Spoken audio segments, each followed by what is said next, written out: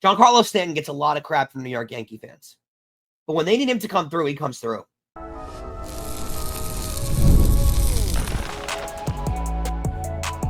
You are Locked On Yankees, your daily New York Yankees podcast. Part of the Locked On Podcast Network, your team every day. Welcome to Locked On Yankees, which is part of the Locked On Podcast Network, your team every day. Thanks for making us your first listen. I'm Brian McKeon. Today's episode is brought to you by Gametime. Download the Gametime app today, create an account, and use code LOCKEDONMLB for $20 off your first purchase. Before we get started, don't forget to subscribe to Locked On Yankees on whichever podcasting platform you prefer, and subscribe to our channel on YouTube. Like all our videos and hit that bell so you're notified whenever our videos go live. And we have a TikTok page. If you're there, follow us. You can get us at LockedOn_Yankees. On today's show, we preview the finale of the Yankees versus Washington. It is a game they need to win, even though the series is over. We're going to talk about Anthony Volpe and how he compares to Jasson Dominguez in his rookie year. But first, I got to get into this game, the Giancarlo Stanton game. So Luis Gil pitches in this game against Washington. Yankees get a 5-1 victory. Gil was good. I'll give him that. Gives you 5 innings of one-run baseball, 5 hits, 5 strikeouts. The kicker here is 4 walks. And before we get into Stanton, you're going to want to follow as a Yankee fan the walks on Luis Gil. It's been a little bit of a problem for him since coming back. He hasn't been able to control the strike zone very much. And Stacey made a good point the other day on the show, on Monday's show. It does seem like, I was on Tuesday's show actually, it does seem like as it stands right now, if the playoffs started tomorrow, Cam Schlittler would make the roster over Luis Gil. And it's nothing against Luis Gil. It's more about the fact that his stuff just hasn't been as crisp since coming back off the injury. And again, he showed, he played fine. He pitched well. But 4 walks, that's the kind of stuff that a good team is going to take advantage of. And thankfully for him, the Washington Nationals are an awful baseball team. So it helped out a little more. But overall, he was fine in this game. And the Yankees got exactly what they want out of a starter and pitcher in a game. Now, again, it looks pretty because they're playing a bad baseball team. Let's all keep that in mind while we discuss it. But Luis Gil gives you what he gives you. You have Tim Hill on his lane that you wanted him for. But more importantly, what Boone wanted to do in this game was get Fernando Cruz into this game. Fernando Cruz, who was last seen in late June, finally back for the Yankees and looks unbelievably dominant. Looks terrific. That splitter, sinker, whatever you want to call it, is there. It's effective. It's diving down in the zone. It looks really good. I don't know what happened on the replay. I'm sure you all know exactly what I'm talking about. Did he flex? Was he holding something in? I don't know. It was a weird face and a weird moment, and he really strained those facial muscles, so I hope he's doing okay. He certainly looked okay out there. I'll leave it at that. But you get a good performance out of Duvall. You get a good performance out of Bednar. This is how the New York Yankees want to win baseball games. Specifically, this is how they designed their roster to be able to win games in the postseason. And I won't lie, it's a recipe for success. Whether they can replicate this against good teams, against playoff teams, is a whole other discussion. But right now, currently present, that is how they want to win baseball games. Good starting pitching. You're not asking for length. And go to that bullpen. Find your lane for Tim Hill. Use guys like Cruz where you can. And find that final spot. They'll find room for Devin Williams. But they'll use Leiter when they can. But find those final 3 innings where you can get Weaver, Bednar, Duvall, not in that order, of course, to be able to get in these games and shut the door down. That's what they did at the deadline. That was the point. So we'll see. I like the pitching that I got, but Gil is a thing to focus on if he gets the walks under control.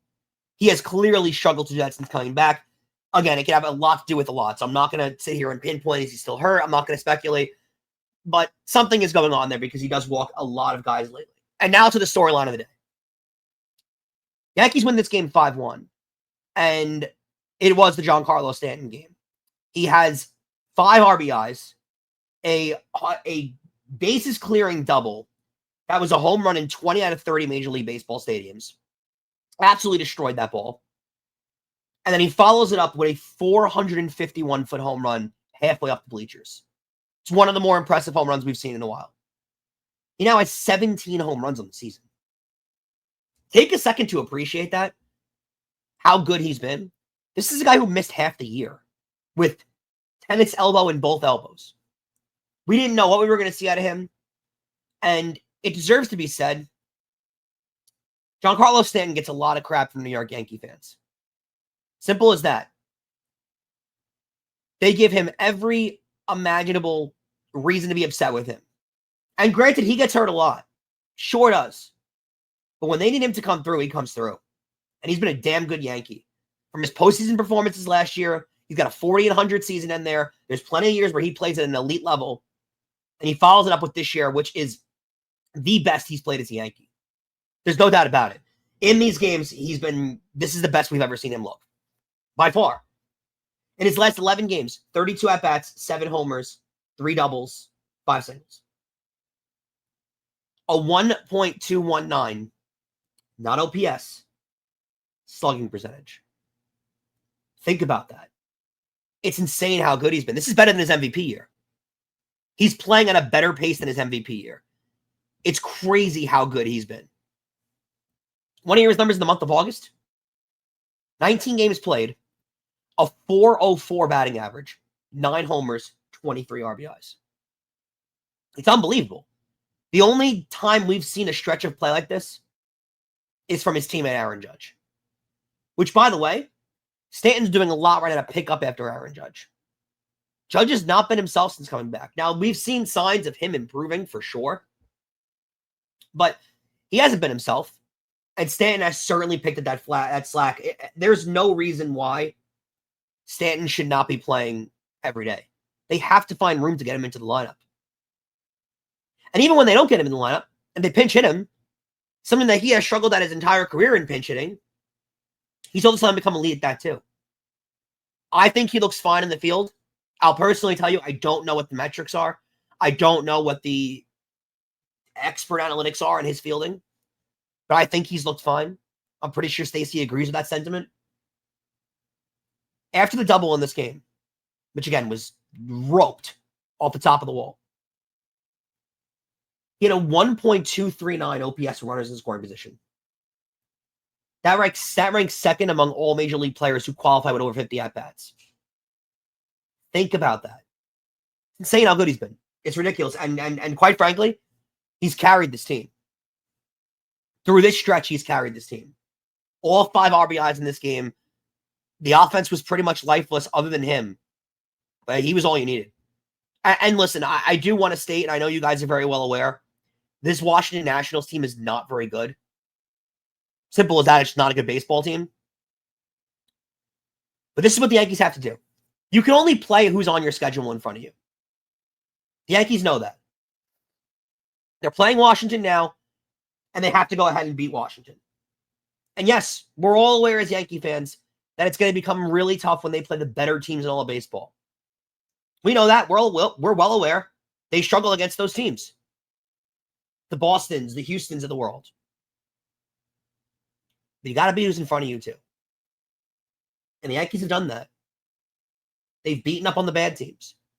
Heck, we've seen plenty of years where the Yankees somehow beat up on the very good teams and play the good teams well and have played 500 baseball against the bad teams. We've seen those years too. Has to improve it. I'm not going to sit here and paint roses for you guys and act like I'm super confident. Very well aware they're playing an awful team right now. And they're going to play an awful team next against Chicago. But you can only play who's in front of you. Right now, they've been great. I'm going to discuss on the other side the Anthony Volpe stuff because I found a weird parallel I was thinking of. Jasson Dominguez hasn't exactly been terrific in his rookie year. Hasn't been bad either. But his fielding metrics have not been good. And his hitting from particularly the right side has been awful. Not a good righty hitter. They basically benched him. I want to compare that to Anthony Volpe. Because it's very interesting when you look at the leeway Anthony Volpe's gotten and the leeway Jasson Dominguez is not getting, why one gets certain treatment over the other. I got some interesting stats for you guys too on the struggles that Volpe has had It is a serious problem, and you guys are going to want to hear this. Don't forget to subscribe to the channel, hit the like button on our videos, and hit the notification so you know when our videos go up. You can also join the Locked On Yankees Insiders Club. The link is in the description. You'll get texts from us, and you can text us questions, comments, reactions to trades, and signings. We send out lineups during the season, roster moves, and breaking news, so you don't have to check social media. There's also a 14-day free trial. Coming up, we'll get into that Anthony Volpe discussion next. Guys, we've all been there, logging on early, waiting forever for concert tickets to go on sale, only to lose your spot for a show you've been dying to see. Live music should be about making the memories, not dealing with stress of ticket shopping, and that's where Gametime comes in. Gametime makes getting concert tickets faster and easier than ever. Prices actually drop as it gets closer to showtime, and you can save up to 60% off with their killer last-minute deals. Are you tired of endless scrolling, trying to find the best deal? Gametime's zone deals pick the best seats in your section for you. And you ever wonder what your view will actually look like before you buy the tickets? The app shows you a panoramic seat view, so there are no surprises. I used it all on my trip to Vegas, so the Scorpions bought the tickets on Gametime. It was unbelievable. Plus, I was in San Diego before that. I went to a Padres game for the first time. Gametime provided everything I could possibly use, and I use them for every single purchase because they give you the tickets without hidden fees. So take the guesswork out of buying concert and show tickets with Gametime. Download the Gametime app today, create an account, and use code LOCKEDONMLB for $20 off your first purchase. Terms apply. Again, create an account and redeem code LOCKEDONMLB for $20 off. Download the Gametime app today. Last-minute tickets, lowest price, guaranteed. And Locked On Yankees is also brought to you by FanDuel. The NFL season is almost here, and FanDuel is making sure that you're ready for kickoff with a can't-miss offer. Right now, new customers can bet just $5, and if your bet wins, you get $300 in bonus bets to use across the platform. FanDuel's great. You still have time to get futures in. You can still parlay those division winners, which FanDuel allows you to do. You can get Super Bowl, MVP, everything imaginable because FanDuel offers it all. I love using it because it fits however I like to bet. Player props, again, same-game parlays are available. Everything you could possibly want, FanDuel has. So are you ready to play? Download the FanDuel app now by visiting FanDuel.com to get started. That's FanDuel.com to place your first $5 bet.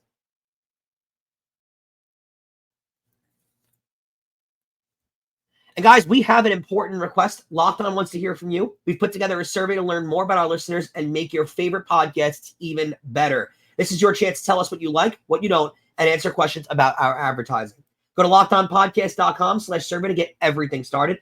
Everyone who completes gets a survey will be entered for a chance to win one of 10 $100 Amazon gift cards. That's one of 10 $100 Amazon gift cards. Again, that's LockedOnPodcast.com/survey. You can also find the link in the show notes. Thanks for helping us out. So, guys, I do have this theory that Anthony Volpe is being favored, and I don't really know if it's much of a theory because I think it's been proven at this point. There was a quote that came out that the Yankees are unsure how to fix the struggling Anthony Volpe, and Aaron Boone said it's a hard question to answer. I find that very interesting because there's not much you can really do at this point in the year, right? They're towards the end of the year. We discussed yesterday, setting him down does nothing. But he had another 0-for-4 game on Tuesday night. He was not good. He had one ball that was hit to the deep gap in left center, but was caught. And it's funny how him and Dominguez have not been given the same treatment. Anthony Volpe was really good in year one. Won the Gold Glove. Really good in year two. Finished in the top 3 of Gold Glove. And has since regressed to an unbelievable level. Now, his batting average was never high. His power numbers are there in year one. Batting average was really low last year. And it's been unbelievably low this year. He's one of the worst hitters in baseball. Think I'm kidding? I'm not. Got the numbers to back it up. He's been absolutely terrible. And his fielding is not the saving grace. And a lot of times teams will put up with poor averages or low production at the plate for great fielding. Ryan McMahon is the perfect example. The Yankees knew Ryan McMahon wasn't going to hit 300 when they got him. But they knew he was an elite third base glove that they needed. And they went out and acquired him. His bat has cooled off since he's got here. But the glove has been excellent. Anthony Volpe's saving grace was the glove. Now that that's gone, why do they play him every single day? And I know you want to keep believing in your prospect, in your once top overall prospect in your system. He's not that player anymore, though. So Dominguez's splits from the right side of batting-wise have not been good. And all the metrics state that his fielding has not been good. Now, from the eye test, personally, I don't think Dominguez's fielding has been that bad. I watch him. I think he's fine out there. I'm not calling him a gold glover, but I think he's just fine. The metrics state otherwise. He's not a good fielder. For the left side, he's been terrific. Batting. From the right side, he's been awful. Can't hit lefties. And that's a problem that he's going to have to fix in years to come. And I'm sure he will. Right now, they have basically decided that they are going to sit Jasson Dominguez when they're facing a lefty. When he's a righty at bat, they're going to sit him. Which is fine. That's their decision. Why has that never come from Anthony Volpe? They finally sit him the last 2 games. Clearly, it didn't really send a message because he came out and played horrible again. And again, if you want to sit him, that's fine.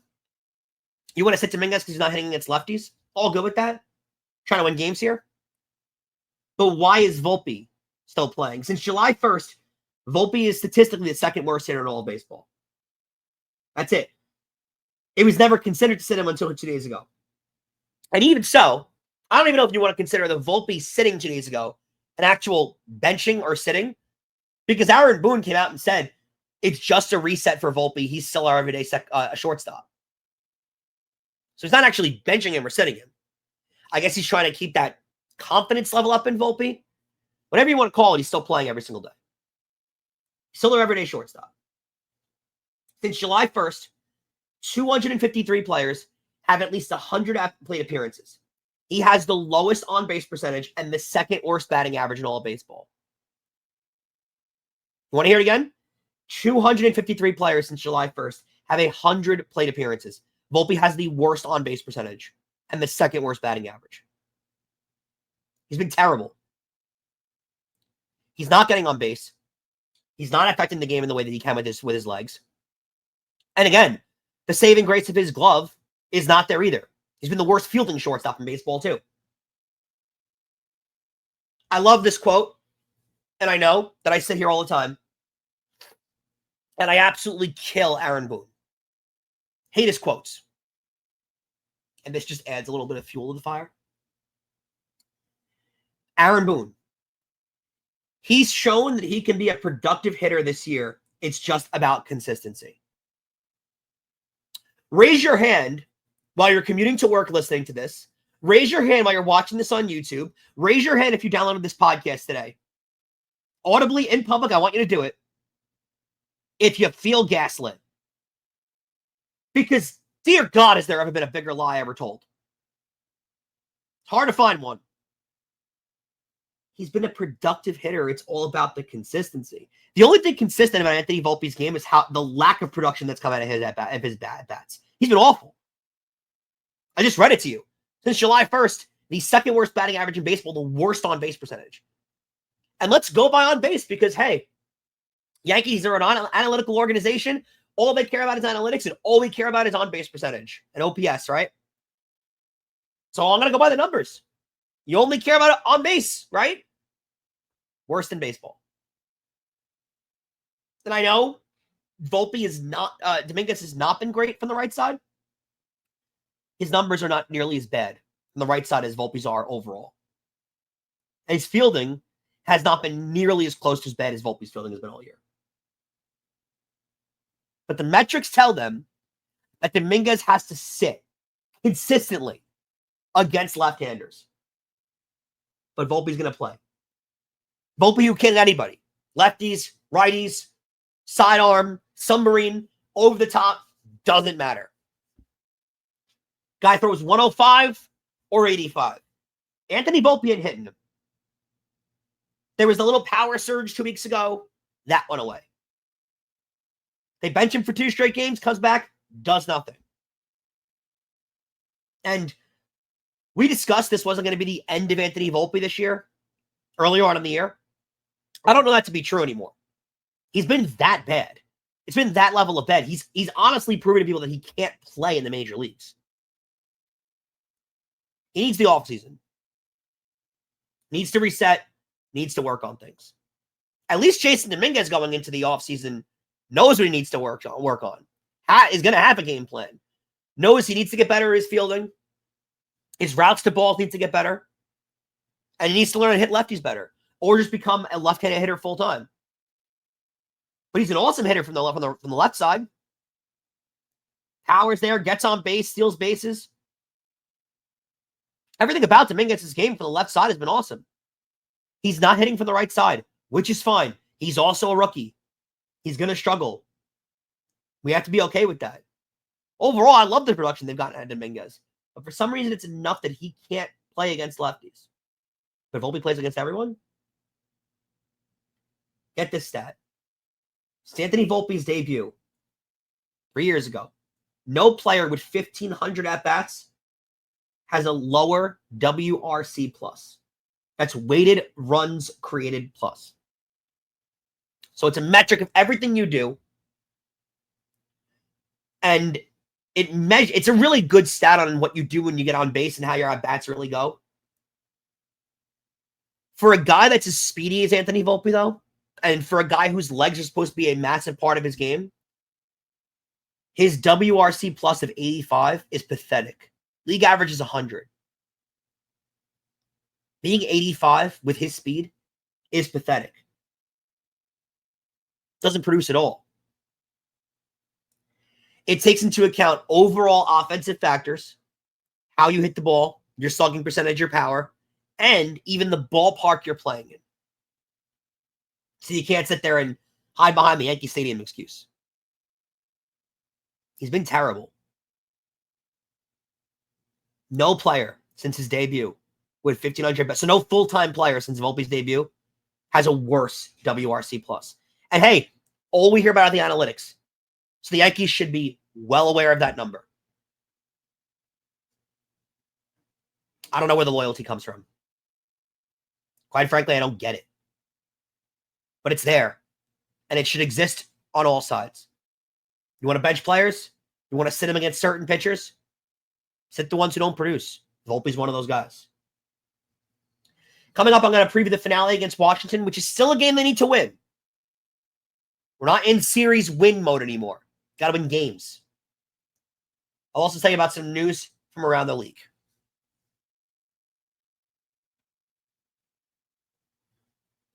Hey, Locked On Yankees fans, are you still paying full price for gas? Stop leaving the money behind. Get real cash back every time you fill up with the free Upside app. Simply download the free Upside app in the App Store or Google Play right now and start earning cash at the pump today. Use my limited promo code SEASON and get an extra 25 cents back per gallon on your first fill up. You can make up to $300 per year just from buying the gas that you already needed anyway. At first, I thought it was too good to be true, but it's totally legit. Real people are getting paid just to make their daily commutes, and you can too. Plus, you can cash out anytime to your bank account, PayPal, or an e-gift card for Amazon and other brands. Don't let this offer drive on by. Download the free Upside app now. Use my limited promo code SEASON for a limited time 25 cent per gallon bonus. That's promo code SEASON. Offers may vary by user and location. Go to upside.com for terms and conditions. And guys, not only do we cover your team every day, but now we're giving you instant episodes after every single game. Check out the Locked On Yankees postcast. It's hosted by Jay Berman and it appears right here on the Locked On Yankees podcast feed, as well as streaming on our YouTube channel. Give rapid reaction to all the biggest moments with the Locked On Yankees postcast. So game 3 of this series, final game against Washington. This is not a game. This is not a situation where, the series win will be fine for the Yankees. They need to win this game. Need to sweep this series. If you're only going to beat the bad teams, you got to sweep them. And the Yankees have to do that. They have the pitching advantage for sure. Max Fried will go. He's 13-5 with a 3.14 ERA. He's been absolutely terrific for the Yankees, and his last start was a lot better. Got the loss, but only gave up 1 run. He'll go up against Cade Cavalli. 1-0 with a 2.82 ERA. Young on in the season. So we'll see. It's a 1 o'clock Wednesday game. So have fun with that. I actually prefer that, but we'll see how it goes. Again, they need to win this game. There's no taking the joy out of winning 2 out of 3. In May, yeah, you take it. Right now, absolutely not. They need to win these games. You got to beat up on the bad teams. They've put themselves in this situation. No one to blame but themselves. Now, Toronto also lost. Minnesota had a comeback win against them. So when it comes to the division, the Yankees are now 4.5 back of Toronto. Boston is 4 back of Toronto in front of the Yankees. For the wild card, Boston has the top wild card right now. The Yankees are a half game behind Boston. Seattle is a full game behind the Yankees. And Kansas City trails them at 3.5 back. So that seems to be what's happening with the chase right there. I can't believe that Seattle team is still, they could either get the division or fall to the third wild card. It's crazy how that's working out. Gonna have to keep track of it though, because it's gonna be a very interesting down the stretch. Yankees cannot afford to play bad baseball whatsoever. Some news from around the league. Major League Baseball released the 2026 regular season schedule. Opening day will be on March 26th. Boy, it feels like it gets earlier and earlier every year. Opening day. It really is crazy. There are some key matchups. They are going to open this season in San Francisco on March 26th. That'll be really cool. I'm sure it'll be really cold. It'll be really windy there, but it'll be really cool to see the Yankees play at that ballpark, one of the most beautiful ballparks in all of baseball. And on the 25th anniversary of 9/11, the Yankees will play the Mets September 11th to 13th at Yankee Stadium. I'm sure there'll be a lot of ceremonies. I'm sure it'll be a really nice thing to see, especially having these two teams play. Likely they'll have the FDNY and NYPD hats on, which they should be wearing. It'll be a really good moment to see. I wanted to use the word cool, but you know what I mean if I say that. It'll be great. It'll be somber. It'll be wonderful to watch both baseball teams honor the memory of that awful day. The Mets are calling up their top pitching prospect, Jonah Tong, who is ranked number 4 in their system, but number 44 overall to start. He's going to start Friday against the Marlins. There was some question coming up whether or not he was going to start or go into the bullpen. He will be he will start full-time for them. He is also a strikeout master. He strikes out an alarming amount of guys. Very good with that. So between the last guy they called up and him, the Mets are starting to call up some big pieces, and they've kind of admitted to people that, hey, they are concerned about their pitching staff. They don't like what they have. They are concerned with guys not giving them length in games. And these two pitchers they called up are supposed to be able to give them length, and we'll see if that can happen. Tong leads all of Major League Baseball, of minor league baseball, with 179 strikeouts on the year. That's only this season. He has not allowed a run in 11 and 2/3 innings since he was promoted to AAA Syracuse. So it's been that good, and barely been in AAA, but they want to have him up, and I can't see a reason why. Overall, 10-5 with a 1.43 ERA this year. That's 22 starts between double and AAA. It's time. Why not use your weapons while you have them? Jordan Romano is going to go to the IL for the Phillies with a right middle finger inflammation. That is a tough loss after already losing Wheeler. This is a huge loss for the Phillies. They cannot afford more injuries. Also, Cal Raleigh, he hit his 50th home run of the year Monday night. First catcher to get to 50 home runs. One of the fastest players ever. And we will see if he hits Judge's mark. I hope not as a Yankee fan, but there's a good chance it does happen at this point because he's getting close and he's hitting them at an alarming rate. I still think Judge is a shoo-in for MVP, but the numbers would not tell you the same. The gambling lines are very close for Judge. For Judge and Raleigh. They're both pretty much even money at this point. I don't get it. Judge's numbers overall are far and away better than Cal Raleigh, but you make history, this is what happens. Voters get obsessed with it, and there's that Yankee hate, too, that's out there. Plus, voter fatigue. Judge has won 2 MVPs, 3 MVPs. So, I guess I hear it. I don't agree with it at all, though. Nathan Eovaldi's done for the season with a rotator cuff strain. That is really tough for the Rangers, who, by the way, have just not been able to get things going. I don't understand that team. I don't. That roster is really good. That pitching staff is awesome. They've all got great numbers. One of the lowest team ERAs in all of baseball. They don't score. It's been a really weird year for them, and they'd be a team that I'd be terrified of playing in the postseason. But unfortunately, you got to get there first. Also, the Guardians have placed first baseman Carlos Santana on outright waivers. So, interesting career, but probably the end of his career there. He's been with the Guardians like 3 or 4 times at this point. But it looks like his career will end there. I doubt anyone picks him up at this point in the season. So, yeah, interesting news around baseball. Again, Wednesday's game is a must-win for the Yankees. A 1 o'clock game at the stadium. Can't afford to lose. And you might say I'm crazy expecting to sweep teams. They have painted this picture for themselves. They've buried themselves into this corner. They got to get themselves out of it. They've forced games to be must-wins at this point in the year. So it's their hole. They got to take themselves out of it. I want to thank you guys for making Locked On Yankees your first listen today. For your second listen, make sure that you check out the all-new Locked On MLB Game Night. Every game, every night, all season long. Get local analysis on a national scale. Find MLB Game Night on Locked On MLB on YouTube or wherever you listen to your podcasts. So that'll do it for me on this edition of Locked On Yankees. I want to wish Stacey a very happy birthday and a very well-deserved day off from Locked On Yankees. I'm Brian McKeon. We will both catch you tomorrow.